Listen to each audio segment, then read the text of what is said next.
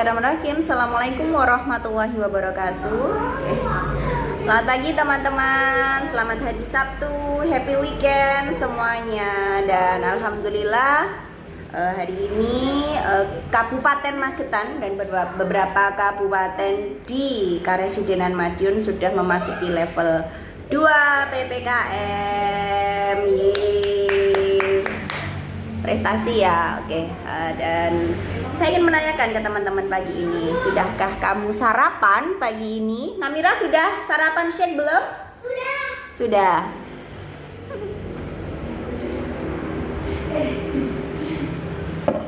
Oke. Teman-teman jangan lupa sarapan ya. Sarapan itu penting.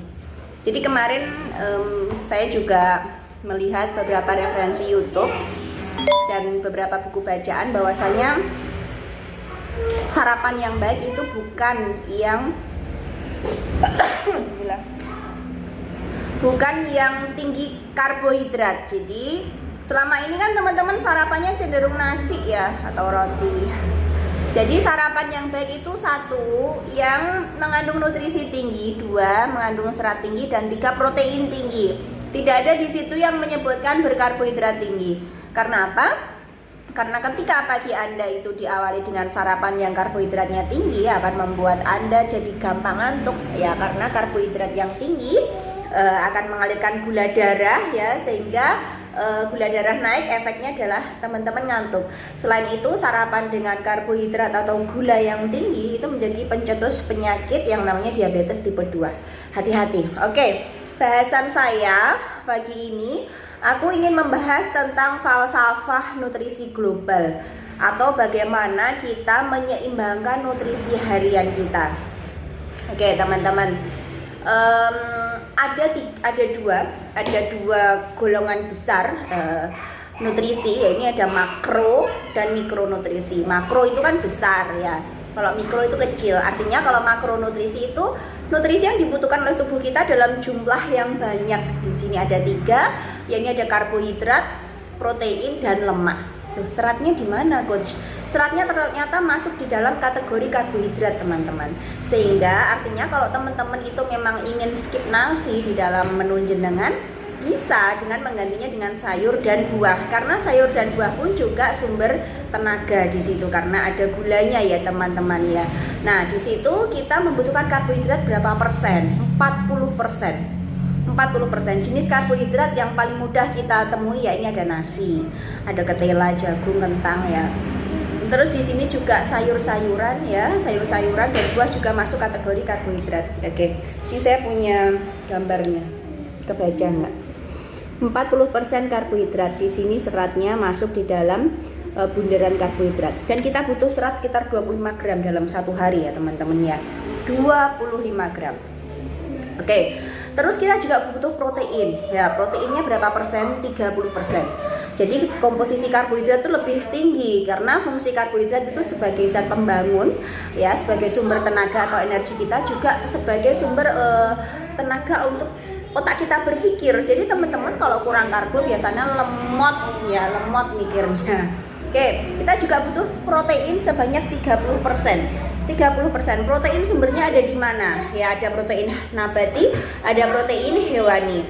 Protein nabati ya ada di dalam kacang-kacangan ya, teman-teman. Kalau hewani itu ada di telur, daging, ya susu, ikan, ayam ya, seperti itu, teman-teman. Nah, terus protein itu sebenarnya orang kadang berpikir ya, aku ngurangi makan telur, aku ngurangi makan daging karena takut ABCD.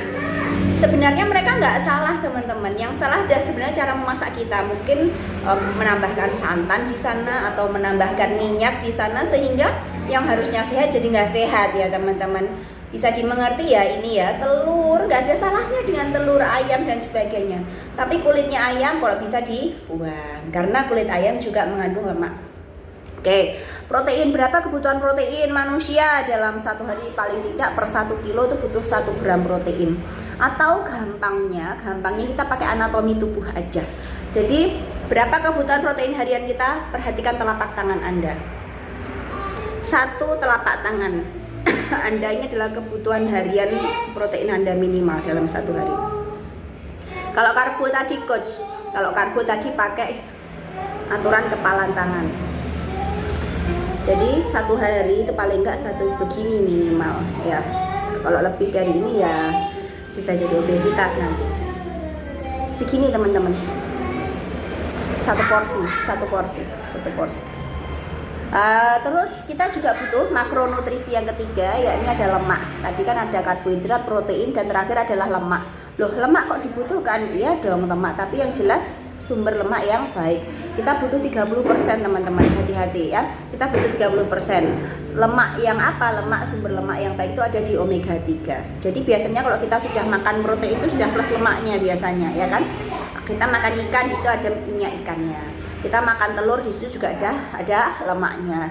Kita makan daging juga di situ sudah ada lemaknya. Tapi sekali lagi hati-hati dengan cara memasaknya ya teman-teman. Kalau teman-teman program di Rumah Namira, kita memang sengaja untuk skip daging merah. Kenapa? Sebenarnya proteinnya tinggi teman-teman, tapi lemaknya juga tinggi. Padahal kalau kita lagi program turun berat badan kan kita harus mengurangi kandungan lemak yang tak baiknya tadi ya. Nah jadi kita sementara skip, kita pakainya daging putih biasanya. Jadi pakai sumbernya dari telur atau putih telur, ikan ya, atau ayam, atau pakai tahu tempe. Nah makronutrisi udah paham. Oke, kita next ke yang namanya mikronutrisi. Mikronutrisi itu udah mikro itu kecil.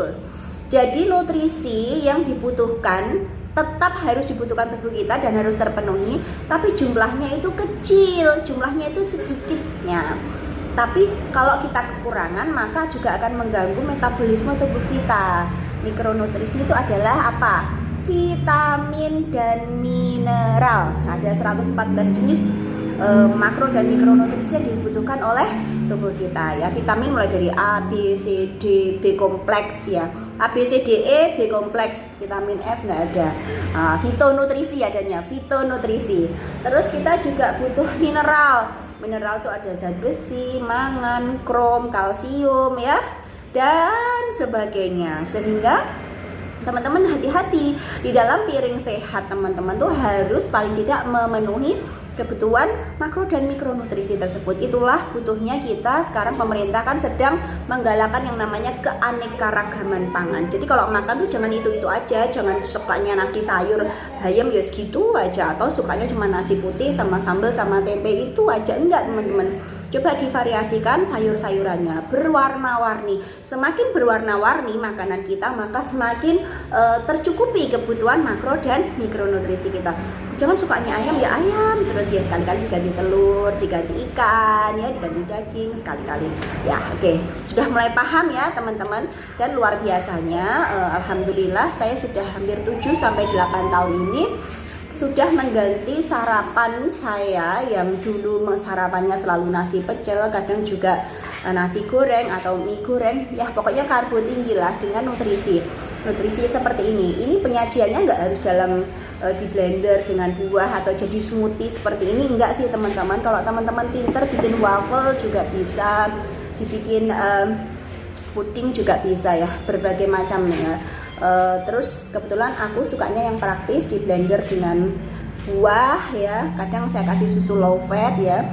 Ini nutrisi saya yang untuk sarapan, yang saya bilang tadi sarapan yang bagus itu adalah yang bernutrisi tinggi, mengandung protein yang tinggi, seratnya juga tinggi, tidak menaikkan kadar gula darah teman-teman. Oke, selamat sarapan ya semuanya, tetap sehat, tetap semangat, jaga imun, jaga iman, dan semoga segera menuju level PPKM level 1. Yeay. Terima kasih. Assalamualaikum warahmatullahi wabarakatuh.